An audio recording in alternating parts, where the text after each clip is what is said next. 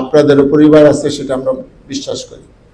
তো সুতরাং এই আমি বিশেষ করে সিদ্ধান্ত নিয়েছি প্রশাসনের সাথে, এমপি মহোদয় সহ অন্যান্যদের সাথে কথা বলে, যে আগামী ঈদ পর্যন্ত আপনারা এই ফুটপাতে ব্যবসা করতে পারবেন।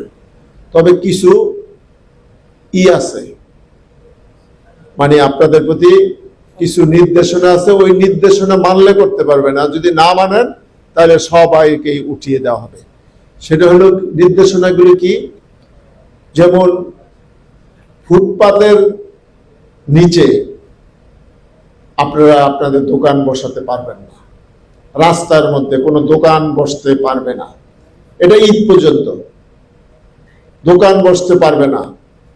তারপরে চৌকি ব্যবহার করতে পারবেন না, কোনো ওই যে ঠেলা গাড়ির মধ্যে বাক্স বানিয়ে করেন সেটাও ব্যবহার করতে পারবেন না।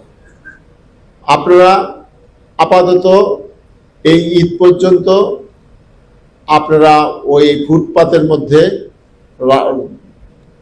জনগণের যাওয়ার রাস্তা রেখে এক পাশে আপনারা বসবেন, আপনারা ঈদের জন্য কাজ করবেন।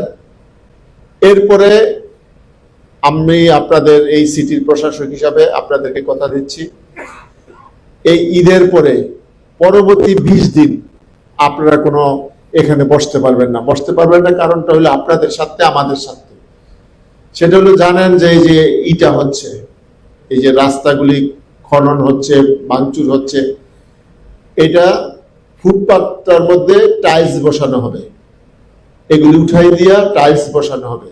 সেখানে টাইলসটা লাগতে তো সময় লাগে, সেই জন্য 20 দিন আপনার কোনো ফুটপাতে কোনো বসা যাবে না।